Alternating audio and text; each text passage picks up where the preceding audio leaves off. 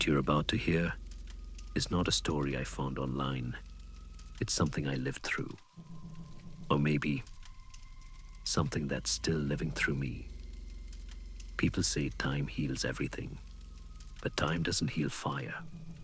It only teaches you how to breathe smoke and pretend it's air. I used to tell myself that what happened was just an accident, a tragedy I survived. But I know now.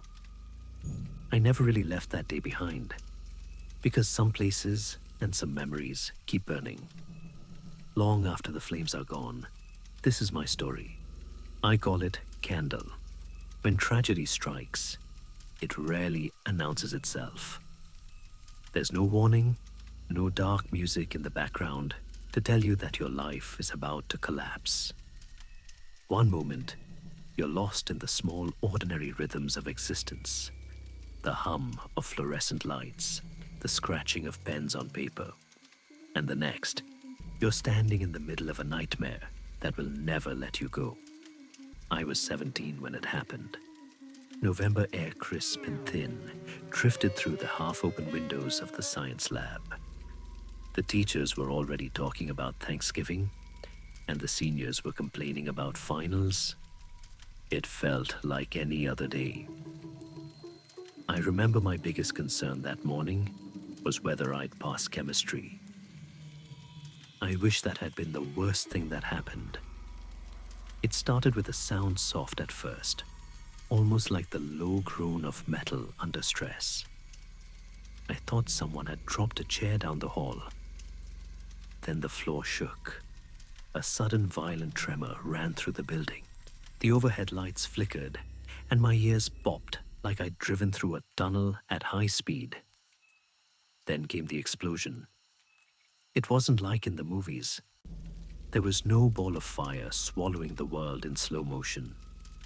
It was pressure, pure and crushing, that punched the air out of my lungs. My vision went white for a heartbeat. When it came back, the ceiling tiles were raining down. The fire alarm screamed to life, and the sprinklers erupted, drenching everything in a chaotic downpour. My teacher shouted something I couldn't make out the words, but we moved anyway, like scared animals following instinct. Desks, overturned papers, floated in the water, and the hallway filled with smoke. We stayed together single file, like we'd practiced for fire drills that suddenly didn't feel like drills anymore. My mom was a teacher too. Her classroom was 2 corridors over on the first floor. And as we filed out, all I could think was she'll be outside already. She'll be safe. We passed the stairwell, the air thick with dust. Someone was crying. I turned the corner, and that's when I saw it. Her classroom door was gone.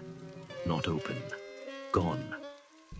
It lay halfway across the hall, twisted, melted, fused into the plaster of the opposite wall. Fire poured from the doorway, like the mouth of some furious beast, devouring everything inside. The heat hit me like a wall. My classmates screamed, and my teacher tried to grab me, but I broke free before he could. Even now, I can't explain why I ran in.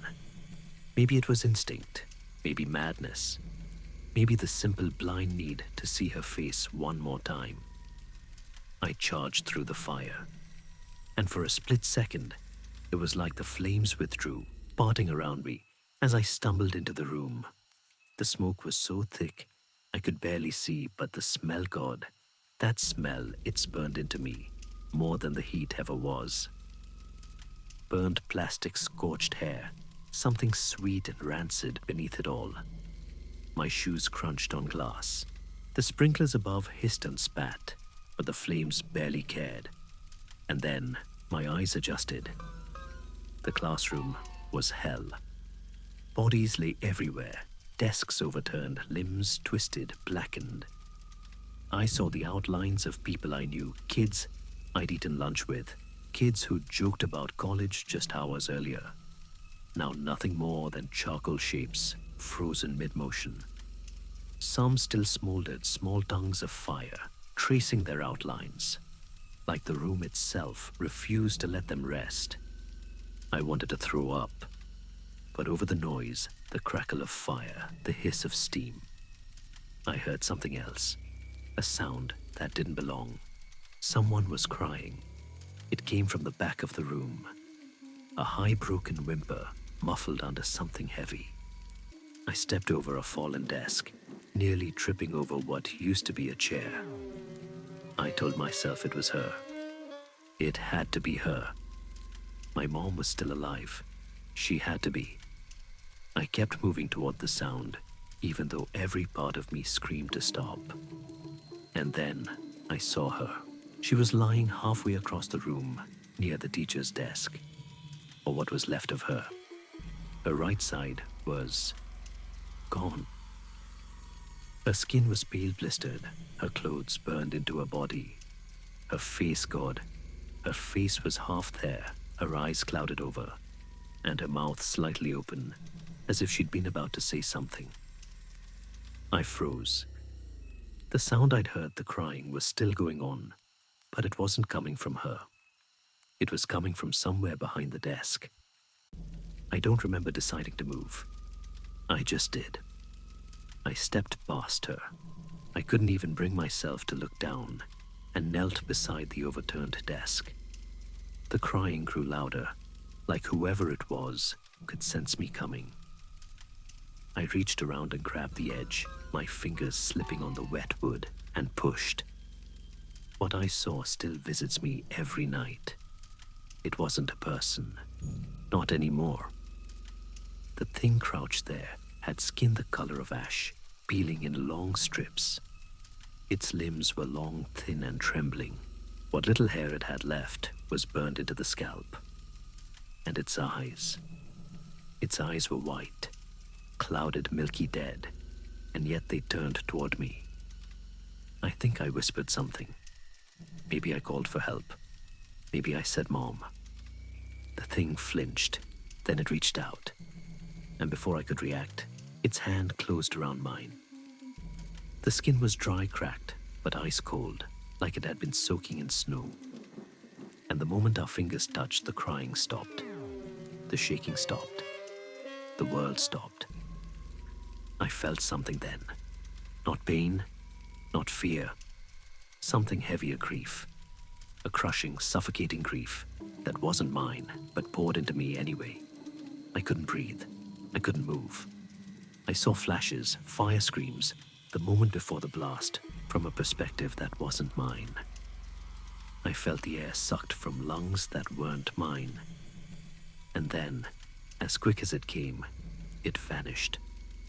I stumbled back, tripping over the bodies behind me, and fell. My hand landed in ash, warm, soft, and horrifyingly familiar. I looked down and realized I was sitting in what was left of her. My mother. I screamed until my voice broke. When I came to, I was in the hospital. The air smelled like antiseptic and burnt metal. The doctor said I'd inhaled smoke and suffered mild burns on my arms. They called me lucky. Lucky. They said the explosion had been caused by a gas leak beneath the sign's wing. The pressure had built up under the floors for weeks, and no one had noticed. One spark, maybe from a Bunsen burner, maybe from a loose wire, and it was over. 37 people died that day. One of them was my mother. For a long time, I believed the official story. I told myself it was an accident. But that didn't explain the thing I'd seen or the feeling that had crawled inside me when I touched it. It didn't explain the nightmares, the smell of smoke that followed me even in my dreams. They said it would fade with time. It didn't. Instead, it grew louder. At first, it was just flashes, the sound of crackling flames. When there weren't any, the echo of distant crying when I was alone. I thought I was losing my mind. I probably was. My aunt took me in. She tried her best therapy medication routine. None of it worked. I went through the motions smiling when I had to pretending to study, pretending to live. But every night, As soon as the lights went out, I heard it. A single sob, soft, far away, coming from somewhere inside the walls. For months I tried to ignore it. I thought if I just stayed quiet, it would stop. But one night, I woke up to find something sitting at the edge of my bed. Something small, blackened, hunched. I blinked, and it was gone. After that, I stopped sleeping altogether. By the time I turned 18, I had the life insurance money from my mother's death. My aunt and uncle wanted to save it for college, but I didn't care about college anymore. I wanted to get as far away from that house, that town, and that school as possible. So I left. I bought an old truck, packed a few things, and drove south until the map turned green. I ended up in Florida, somewhere between nowhere and the edge of the Everglades. I found a cabin on cheap land owned by an old couple who barely used it anymore. It was small, isolated, surrounded by swamp and silence. For the first time in years, I thought maybe I could breathe again. The nights were quiet. The air smelled of pine and damp earth instead of smoke. I woke up to the sound of birds instead of sirens. I went fishing. I fixed up the cabin. I told myself this was healing. And for a while, it was. But the thing about silence is it doesn't always mean peace.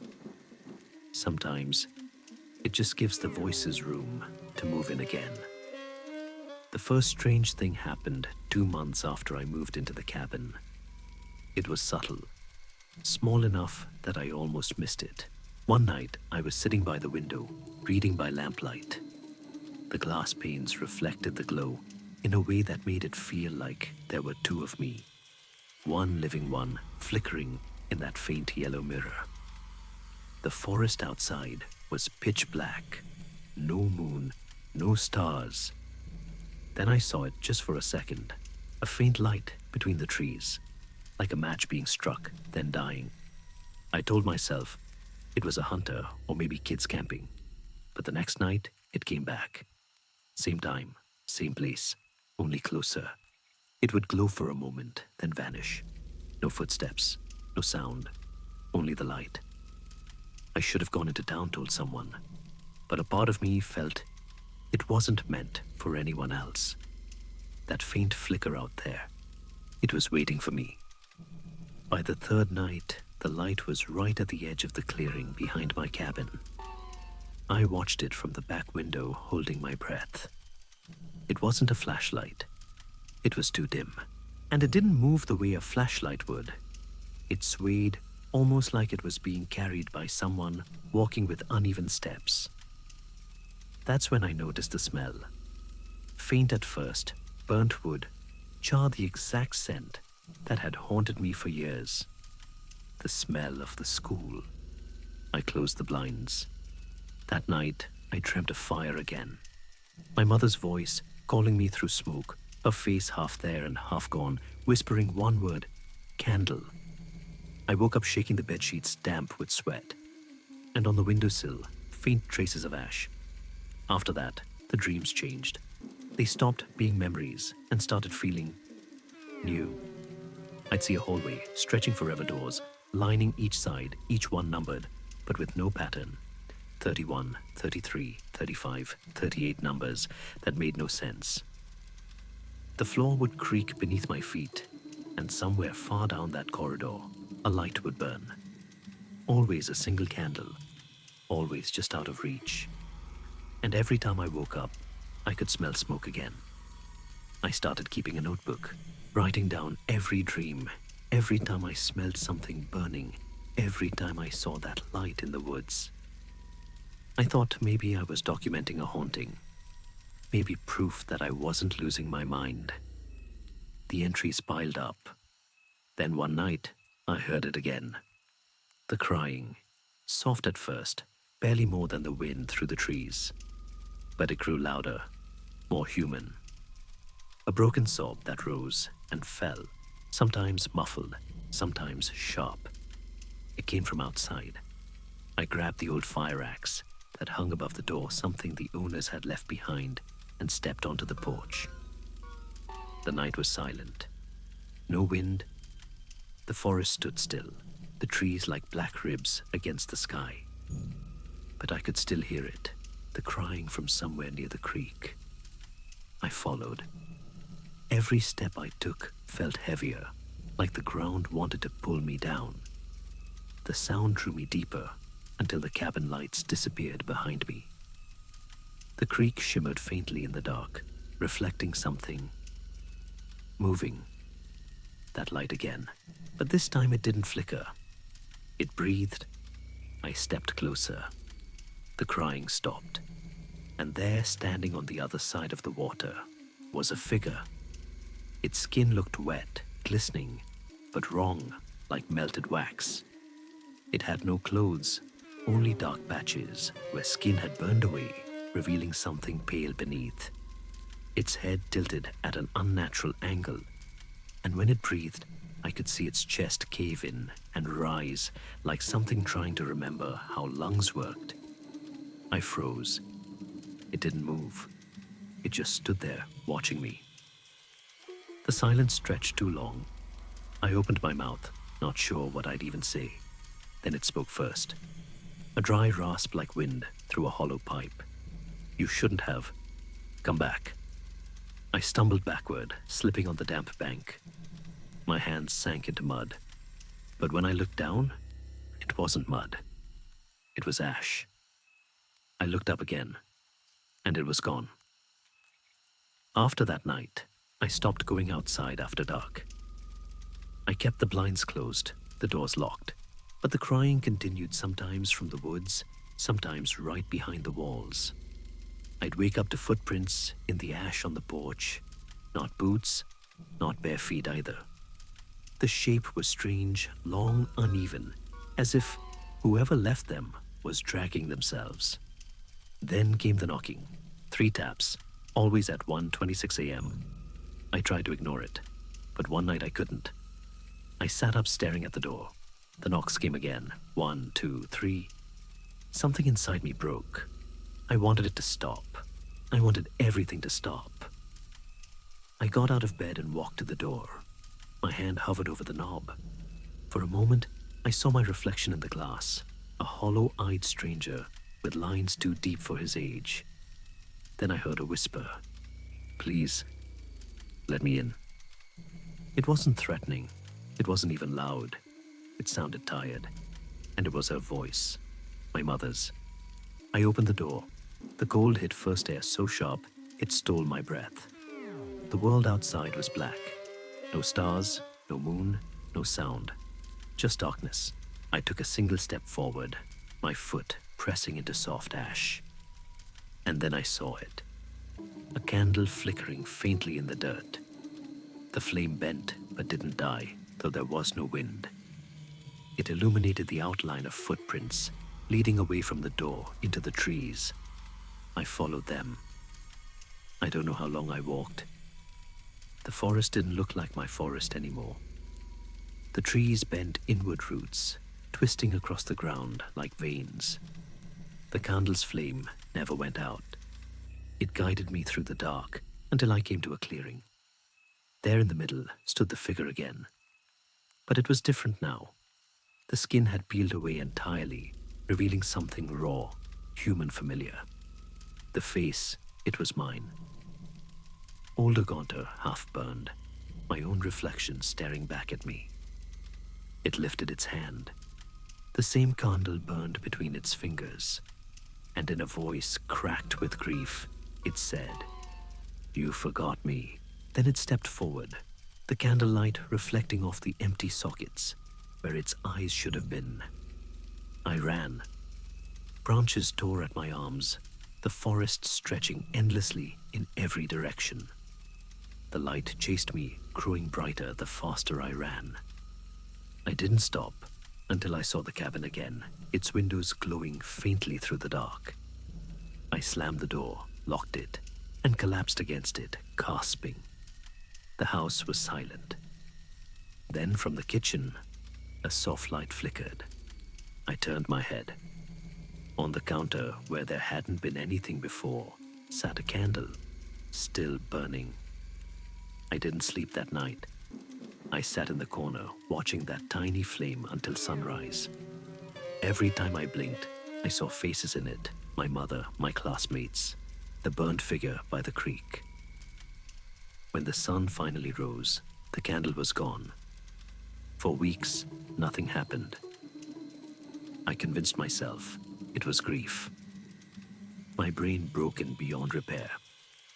I told myself the dreams were just that, dreams, until the night I woke up choking on smoke. The cabin was filled with it. My eyes stung, my throat burned, but there was no fire. The smoke was cold thick, clinging to the walls like fog. Through it, I saw shapes, shadows that twisted and writhed but never formed fully. Then I heard it again, the crying. Only this time, it wasn't distant. It was right behind me. I turned. Something moved in the smoke, a figure crawling across the floor, leaving a trail of black ash behind it. Its body convulsed, as if each movement hurt. When it lifted its head, I saw the hollow sockets again, the jaw half gone and teeth blackened like burnt bone. It reached out to me with both hands. One of them was skeletal. The other was still covered in melted flesh, and I knew somehow that it was asking for help. My body moved before my brain could stop it. I knelt, reaching toward it, my hand shaking. "Who are you?" I whispered. Its jaw moved slowly, like it was trying to remember how to speak. Then in a voice that sounded like fire, whispering through wood, it said, "Candle." That was the first time I blacked out in years. When I came to, I was lying on the floor, the house empty again. The smoke was gone. The candle on the counter had melted into nothing but a puddle of wax. But on my hand, in black soot, was a single fingerprint, one that wasn't mine. I didn't leave the cabin for days after that. I barely ate, barely slept. Every sound became suspect. The creak of the floorboards, the wind brushing the windows, even the hum of the refrigerator felt like breathing. I told myself it was over. That whatever I'd seen, whatever I'd touched, was gone with the smoke. But I was wrong. On the fifth night, I woke to silence so absolute it hurt. The forest outside was motionless, not even a cricket. I could hear my own pulse pounding in my ears. When I turned my head, the clock on the wall glowed faintly. 1:26 a.m. And then came the knock. 3 sharp taps against the front door. Knock, knock, knock. I froze. My breath caught somewhere between my chest and throat. The knocks came again, slower this time, deliberate. I got up half in a daze and walked to the door. I don't know why I didn't just stay put. Maybe it was habit, some deep human instinct to face the thing that calls your name in the dark. I pressed my eye against the small window. There was nothing. The clearing was empty, swallowed by shadow. But when I leaned closer, I saw movement, faint, almost invisible, like the distortion above hot pavement. A blur, human-shaped, standing just beyond the porch. It wasn't moving. It was trembling. A low sound bled through the door, a broken whisper. "You shouldn't have left me." I staggered back, heart pounding so hard it hurt. The voice was dry, papery, and too familiar. It was her. It was my mother's voice. I wanted to scream. I wanted to open the door and pull her in, and believe for just one impossible moment that she was alive. But deep down, I knew it wasn't her. Not anymore. I whispered, "What do you want from me?" No answer, just the sound of breathing. And then slowly, a shadow stretched across the gap under the door, a thin dark shape sliding toward me. It stopped an inch from my feet. That's when I saw it, a flicker. A single flame glowing weakly through the gap. a candle, and then everything went black. When I opened my eyes, I wasn't in the cabin anymore. I was standing in a narrow hallway, lit by dim, flickering candles that floated in midair. The walls were wood-warped, wet-breathing, with each pulse of the light. A thick layer of dust coated the floor, but there were no footprints except mine. The air was cold, and I could see my breath. But I didn't feel alive. Not exactly. I called out. My voice didn't echo. Every sound died as soon as it left my lips, swallowed by the air like it didn't belong there. I turned in both directions, but the hallway stretched endlessly either way, lined with doors. Each one numbered, but not in order. 29, 31, 32, 35, 37. I started walking. After what felt like hours, I noticed something. Every few steps, a new door would appear behind me, a quiet click, like wood settling. And when I looked back, the path I'd taken was gone. Only more doors. The candles began to go out one by one until there was only a faint glow at the end of the hall. A single door with a number etched deep into the wood 58. And beside it, burning bright and steady, was a candle. I approached it slowly. The flame didn't flicker. It bent toward me as if drawn by breath. Carved into the floor beneath it were words burned into the planks, "Kill candle." I didn't understand. I didn't want to. But as I stood there, a low rumble began beneath my feet, like something huge was waking beneath the wood. The air thickened every breath, tasting of soot and iron. Then behind me, I heard footsteps. They were slow, uneven, dragging. I turned. At first, I saw nothing. Then from the far end of the hall, a figure emerged, pale, thin, trembling. Each step left a print of ash on the floor. As it moved closer, I recognized it. Me. But not me. A hollowed-out version, skin gray, and cracked eyes, milky mouth trembling, as if trying to form words.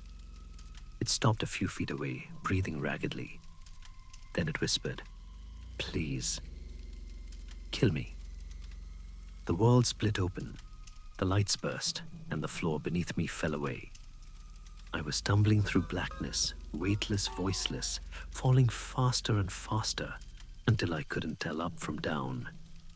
I thought I heard screaming, my own maybe, but it sounded like it came from miles away. Then impact. Not hard, but soft. Like landing in snow. I opened my eyes. I was lying on the floor of my mother's classroom. Everything was frozen in mid-air papers, hanging weightless flames, suspended in glass-like stillness. I turned my head, and there she was.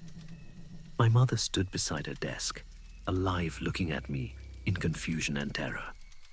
And around her, students stared, unmoving, their faces caught between panic and disbelief. I tried to speak, but my throat locked. I looked down. I was holding something heavy, a fire axe. My hands were covered in soot. Then I heard it, that faint hiss of leaking gas. The same sound I'd heard the day of the explosion. I turned toward it and saw the source, the axe embedded deep into a gas line near the wall. I'd done it. I was the spark. The candle on her desk flickered once, and then the world erupted. I woke again, gasping back in the hallway. Same doors, same endless stretch of nothing. But something had changed. The candle beside door 58 was still burning, but now the number on the door read 159. I stumbled forward, my body shaking, and realized what it meant. This wasn't the first time. I'd been here before, again and again, repeating the same moment, running into the fire, finding her, failing to save her, lighting the match that killed us both. A punishment, or maybe mercy. I reached for the candle, my hand hovering over the flame. It didn't burn. Instead, it felt cold, like the air before a storm. A voice whispered from behind me, my own voice overlapping itself. Kill candle. Kill candle. I blew out the flame. The hallway exploded with light. A roaring filled my head, a sound so loud, it felt like it was coming from inside my bones. I was pulled backward through the door, through darkness, through fire and smoke, through the screaming of 100 voices that sounded like mine. Then suddenly, it all stopped. I was standing outside the cabin again, the night frozen in absolute stillness. In front of me, half buried in ash, was the axe. And beside it, flickering weakly, the same candle, the one that had never gone out. I dropped to my knees. My hand shook as I picked it up. Please, I whispered to no one no more. The wind didn't answer, but from somewhere in the trees, I heard the faintest echo, a sob, and then my own voice, calling back. I'm sorry. The candle trembled in my hand, the flame bending toward me, like it was breathing my air. I didn't know if I was still alive. I didn't know if any of this was real. All I could hear was the soft crackle of the flame and the faint sobs echoing somewhere behind me. I stood slowly, my legs weak, the world around me dark, except for that small light. I took a step towards the cabin, each movement heavy, as if I were wading through ash. The door stood open. I hadn't left it that way. Inside, everything looked exactly the same. The chair by the table, the books stacked by the window, the clock frozen at 1:26 a.m. The air was still thick, like the world was holding its breath. I walked in, holding the candle out in front of me. The shadows twisted away from its light, stretching long and thin across the walls. For the first time since the explosion, I didn't feel afraid. I felt tired. I set the candle on the table. Its flame flickered once, then steadied. That's when I heard footsteps behind me. Slow, uneven, dragging. I didn't turn. I didn't have to. I could feel it there, standing just behind me, watching, breathing, that shallow, ragged breath I'd heard so many times before. When it spoke, its voice was low and broken. I never meant to scare you. I closed my eyes. I knew that voice. I'd heard it in my dreams in the fire, in my own head. It was me, the other me, the one I'd seen in the hallway.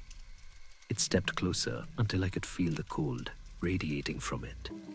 The smell of burnt flesh filled the room again, sharp and sweet, clinging to the air. I'm sorry this had to happen to you, it said. I'm sorry we couldn't save her.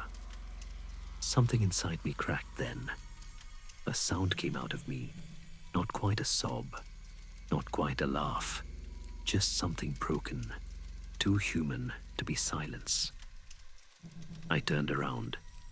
It stood there, pale and ruined, half of its face gone, the rest barely clinging to the skull beneath.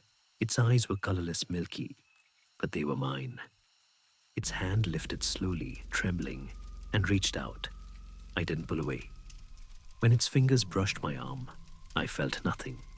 No heat, no cold, just a strange, hollow calm. Please, it rasped. End it. It took the axe from the floor and pressed the handle into my hand. Then it turned the blade toward its own neck. Kill me, it whispered again. Kill Candle. I don't know what made me move. Maybe mercy, maybe despair. Maybe the part of me that still believed ending it would set us both free. I swung. The axe struck bone. The body convulsed, once a wet, broken sound escaping its throat. The candle on the table flared bright white, then went out. Everything vanished. I was falling again.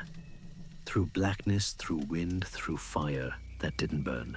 My stomach lurched, and for a moment, I thought I could see faces in the dark. My mother's, my classmates. The thing I'd killed, all of them, spinning around me like ashes in a storm.